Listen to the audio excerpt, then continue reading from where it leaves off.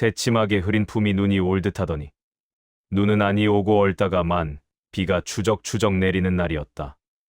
이날이야말로 동소문 안에서 인력 거꾼 노릇을 하는 김첨지에게는 오래간만에도 닥친 운수 좋은 날이었다.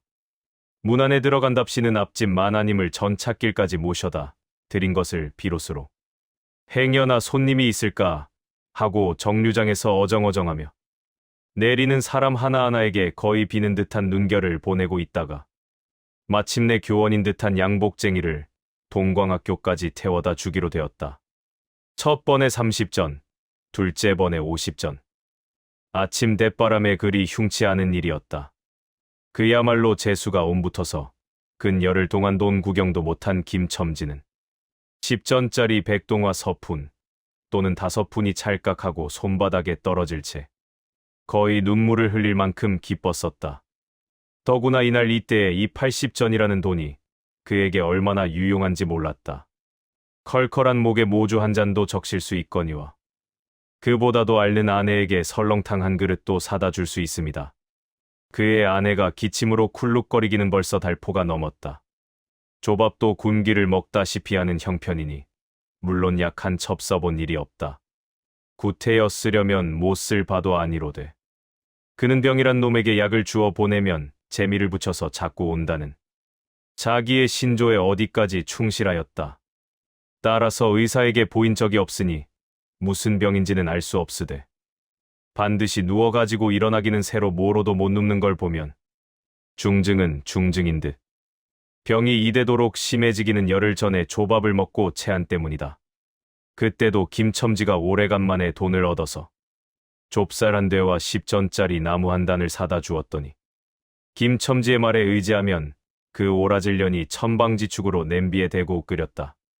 마음은 급하고 불길은 달지 않아 채 익지도 않은 것을 그 오라질년이 숟가락은 고만두고 손으로 움켜서 두 뺨에 주먹덩이 같은 혹이 붉어지도록 누가 빼앗을 듯이 처박질하더니만 그날 저녁부터 가슴이 땡긴다. 배가 캥긴다고 눈을 흡뜨고 지랄병을 하였다. 그때 김첨지는 열화와 같이 성을 내며 에이, 오라질년, 조랑복은 할 수가 없어. 못 먹어 병, 먹어서 병, 어쩌란 말이야. 왜 눈을 바로 뜨지 못해? 하고 앓는 이의 뺨을 한번 후려갈겼다. 흡뜬 눈은 조금 바루어졌건만 이슬이 맺히었다. 김첨지의 눈시울도 뜨끈뜨끈하였다. 이 환자가 그러고도 먹는 데는 물리지 않았다. 사흘 전부터 설렁탕 국물이 마시고 싶다고 남편을 졸랐다. 이런 오라질년, 조밥도 못 먹는 년이 설렁탕은 또 처먹고 지랄병을 하게 라고 야단을 쳐보았건만 못 사주는 마음이 시원치는 않았다. 인제 설렁탕을 사줄 수도 있다. 앓는 어미 곁에서 배고파 보채는 개똥이에게 죽을 사줄 수도 있다. 80전을 손에 쥔 김첨지의 마음은 푼푼하였다. 그러나 그의 행운은 그걸로 그치지 않았다. 땀과 빗물이 섞여 흐르는 목덜미를 기름주머니가 다 된 외목 수건으로 닦으며 그 학교 문을 돌아 나올 때였다. 뒤에서 인력거 하고 부르는 소리가 난다. 자기를 불러 멈춘 사람이 그 학교 학생인 줄 김첨지는 한번 보고 짐작할 수 있었다. 그 학생은 다짜고짜로 남대문 정거장까지 얼마요? 라고 물었다. 아마도 그 학교 기숙사에 있는 1호 동기방학을 이용하여 귀향하려 함이리라. 오늘 가기로 작정은 하였건만 비는 오고 짐은 있고 해서 어찌할 줄 모르다가 마침 김첨지를 보고 뛰어나왔음이리라.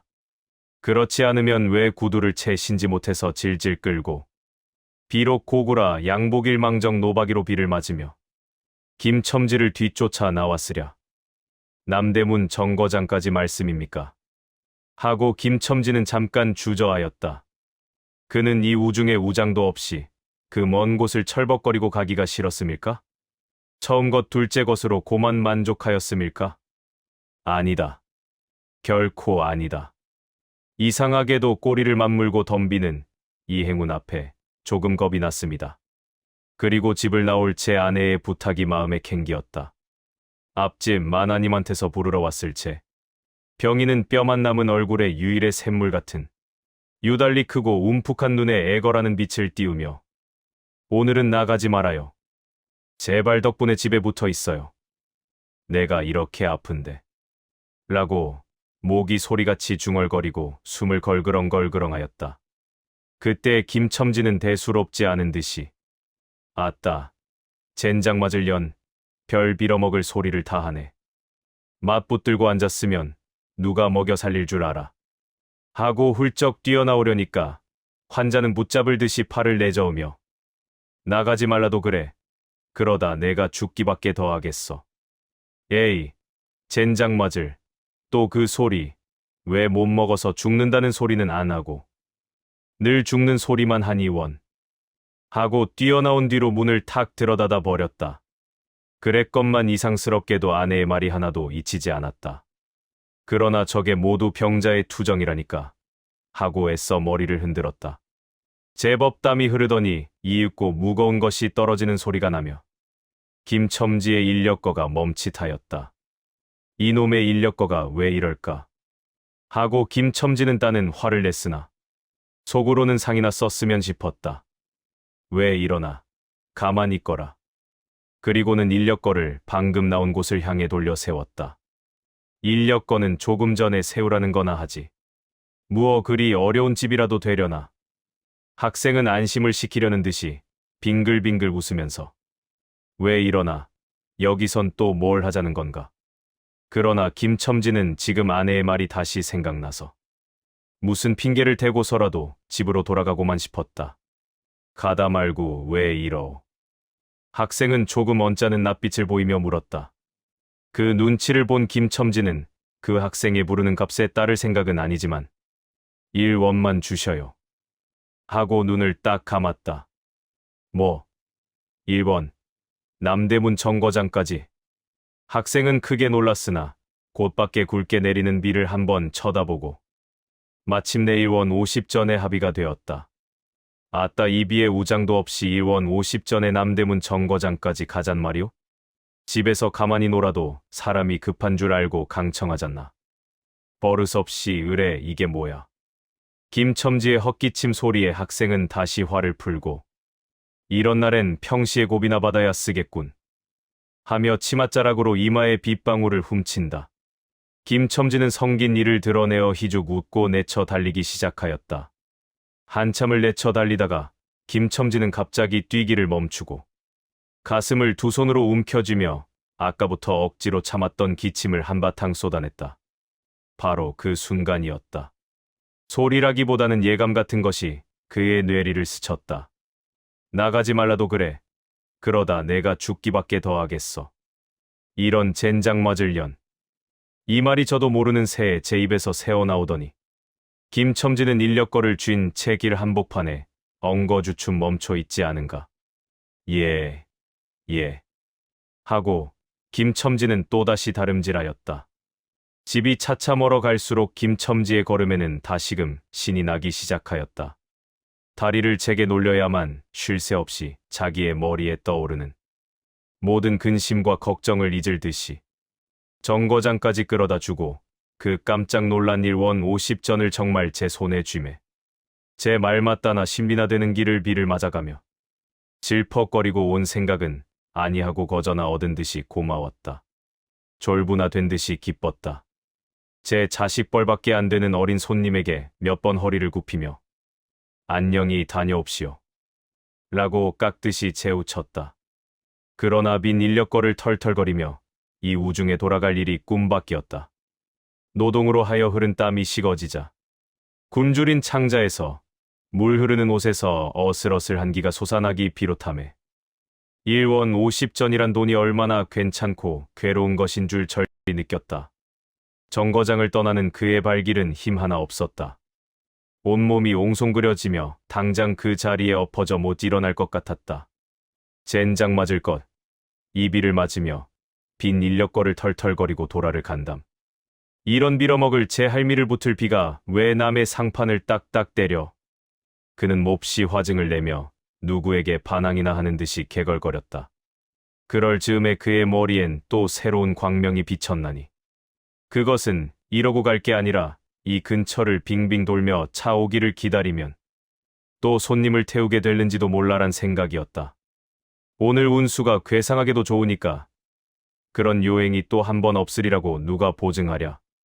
꼬리를 굴리는 행운이 꼭 자기를 기다리고 있다고 내기를 해도 좋을 만한 믿음을 얻게 되었다. 그렇다고 정거장 인력거꾼의 등살이 무서우니 정거장 앞에 섰을 수는 없었다. 그래 그는 이전에도 여러 번 해본 일이라. 바로 정거장 앞 전차 정류장에서 조금 떨어지게 사람 다니는 길과 전찻길 틈에 인력거를 세워놓고 자기는 그 근처를 빙빙 돌며 형세를 관망하기로 하였다. 얼마 만에 기차는 왔고 수십 명이나 되는 손이 정류장으로 쏟아져 나왔다. 그 중에서 손님을 물색하는 김첨지의 눈엔 양머리에 뒤축 높은 구두를 신고 망토까지 두른 기생퇴물인 듯 난봉 여학생인 듯한 여편네의 모양이 띄었다. 그는 슬근슬근 그 여자의 곁으로 다가들었다. 아씨, 인력거 아니 탓이랍시오. 그 여학생인지 만지가 한참은 매우 때깔을 빼며 입술을 꼭 다문 채 김첨지를 거들떠보지도 않았다. 김첨지는 구걸하는 거지나 무엇같이 연애연방 그의 기색을 살피며 아씨, 정거장 애들보다 마주 싸게 모셔다 드리겠습니다. 댁이 어디신가요? 하고 추근추근하게도 그 여자애 들고 있는 일본식 버들고리 짝에 제 손을 대었다. 왜 이래? 남 귀치 않게. 소리를 병력같이 지르고는 돌아선다. 김첨지는 어랍시오 하고 물러섰다. 전차는 왔다. 김첨지는 원망스럽게 전차 타는 이를 노리고 있었다. 그러나 그의 예감은 틀리지 않았다. 전차가 빡빡하게 사람을 싣고 움직이기 시작하였을 채 타고 남은 손 하나가 있었다. 굉장하게 큰 가방을 들고 있는 걸 보면 아마 붐비는 차 안의 짐이 크다 하여 차장에게 밀려 내려온 눈치였다. 김첨지는 대어섰다. 인력거를 타시랍시오. 한동안 값으로 승강이를 하다가 60전에 인사동까지 태워다 주기로 하였다. 인력거가 무거워짐에 그의 몸은 이상하게도 가벼워졌고 그리고 또 인력거가 가벼워지니 몸은 다시금 무거워졌건만 이번에는 마음조차 초조해 온다. 집의 광경이 자꾸 눈앞에 어른거려 인제 요행을 바랄 여유도 없었다. 나무 등걸이나 무엇 같고 제 것 같지도 않은 다리를 연해 꾸짖으며 질팡갈팡 뛰는 수밖에 없었다. 저놈의 인력거꾼이 저렇게 술이 취해가지고 이 진 땅에 어찌 가노? 라고 길 가는 사람이 걱정을 하리만큼 그의 걸음은 황급하였다. 그리고 비 오는 하늘은 어둠침침하게 벌써 황혼에 가까운 듯하다. 창경원 앞까지 다다라서야 그는 턱에 닿은 숨을 돌리고 걸음도 늦추잡았다. 한 걸음 두 걸음 집이 가까워 갈수록 그의 마음조차 괴상하게 누그러웠다. 그런데 이 누그러움은 안심해서 오는 게 아니오. 자기를 덮친 무서운 불행을 빈틈없이 알게 될 때가 박두한 것을 두리는 마음에서 오는 것이다. 그는 불행에 다닥치기 전 시간을 얼마쯤이라도 느리려고 버르적거렸다. 기적에 가까운 벌이를 하였다는 기쁨을 할 수 있으면 오래 지니고 싶었다. 그는 두리번 사면을 살피었다. 그 모양은 마치 자기 집 곧 불행을 향하고 달아가는 제 다리를 제 힘으로는 도저히 어찌할 수 없으니 누구든지 나를 좀 잡아다고 구해다고 하는 듯하였다. 그럴 즈음에 마침 길가 선술집에서 그의 친구 치삼이가 나온다. 그의 우글우글 살찐 얼굴에 주홍이 덧는 듯 온 턱과 뺨을 시커멓게 구레나룻이 덮였거늘 노릇탱탱한 얼굴이 바짝 말라서 여기저기 고랑이 패고 수염도 이때야 턱 밑에만 마치 소립송이를 거꾸로 붙여놓은 듯한 김첨지의 풍채하고는 기막히게 다르다. 이게 누구야? 저 김첨지 아닌가? 비에 젖은 낯이 제법 훤한데 이 친구 알아보겠네. 하고 김첨지는 그 옆에 덥석 주저앉으며 오늘 운수가 좋았지 모르겠다. 하고 한번 휘둘러보고 자, 거기 한 잔 먹게. 곱배기를 따라 놓고 제가 먼저 집어 마셨다. 오늘 운수가 좋더니만 설렁탕도 사다 줄 돈이 생겼으니 아따 이놈아 40전이 그리 끔찍하냐. 오늘 내가 돈을 막 벌었어. 참 오늘 운수가 좋았느니 30원을 벌었어. 30원을. 이런 젠장 맞을 술을 왜 안 부어? 괜찮다. 괜찮다. 막 먹어도 상관이 없어. 오늘 돈 산더미같이 벌었는데. 이놈아. 이걸 먹고 취할래냐? 어서 더 먹어. 하고는 치삼의 귀를 잡아채며 취한 이는 부르짖었다. 그리고 술을 붓는 15살 됨직한 중대가리에게로 달려들며 이놈, 오라질 놈, 왜 술을 붓지 않어? 라고 야단을 쳤다. 중대가리는 희히 웃고 치삼을 보며 문의하는 듯이 눈짓을 하였다. 주정꾼이 이 눈치를 알아보고 화를 버럭 내며 애미를 붙을 이 오라질 놈들 같으니 이놈 내가 돈이 없을 줄 알고 하자마자 허리춤을 훔칫훔칫하더니 1원짜리 한 장을 꺼내어 중대가리 앞에 펄쩍 집어던졌다. 그 사품에 몇 푼 은전이 잘그랑하며 떨어진다. 여보게 돈 떨어졌네. 왜 돈을 막 끼얹다. 이런 말을 하며 일변 돈을 줍는다. 김첨지는 취한 중에도 돈의 거처를 살피는 듯이 눈을 크게 떠서 땅을 내려다보다가 불시에 제하는 짓이 너무 더럽다는 듯이 고개를 소스라치자 더욱 성을 내며 봐라 봐. 이 더러운 놈들아. 내가 돈이 없나. 다리 뼈다구를 꺾어 놓을 놈들 같으니. 하고 치삼에 주어주는 돈을 받아. 이 원수의 돈, 이 육시를 할 돈. 하면서 풀매질을 친다. 벽에 맞아 떨어진 돈은 다시 술 끓이는 양푼에 떨어지며 정당한 매를 맞는다는 듯이 쨍하고 울었다. 곱빼기 2잔은 또 부어질 겨를도 없이 말려가고 말았다. 김첨지는 입술과 수염에 붙은 술을 빨아들이고 나서 매우 만족한 듯이 그 소립송이 수염을 쓰다듬으며 또 부어, 또 부어 라고 외쳤다. 또 한 잔 먹고 나서 김첨지는 치삼의 어깨를 치며 문득 껄껄 웃는다. 그 웃음 소리가 어떻게 컸던지 술집에 있는 이의 눈은 모두 김첨지에게로 몰리었다. 웃는 이는 더욱 웃으며 여보게 치삼이 내 우스운 이야기 하나 할까? 오늘 손을 태고 정거장에 가지 않았겠나? 그래서 갔다가 그저 오기가 안 됐대 그려. 그래 전차 정류장에서 얼음얼음하며 손님 하나를 태울 궁리를 하지 않았나? 거기 마침 만화님이신지 여학생이신지 망토를 잡수시고 비를 맞고 서 있겠지. 슬근슬근 가까이 가서 인력거 타시랍시오 하고 손가방을 받으려니까 내 손을 탁 뿌리치고 획 돌아서더니만 왜 남을 이렇게 귀찮게 굴어. 그 소리야말로 꾀꼬리 소리지. 허허. 김첨지는 교묘하게도 정말 꾀꼬리 같은 소리를 내었다. 모든 사람은 일시에 웃었다.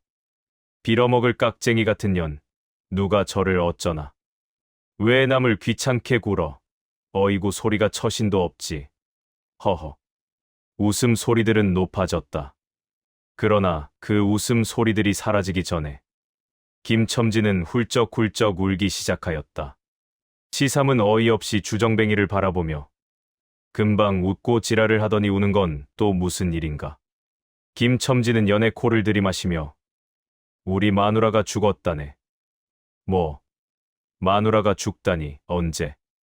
이놈아 언제는 오늘이지. 애끼 미친놈. 거짓말 마라. 거짓말은 왜? 참말로 죽었어.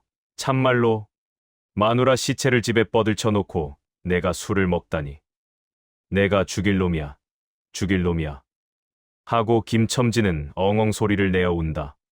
치삼은 흥이 조금 깨어지는 얼굴로 원 이 사람이 참말을 하나 거짓말을 하나.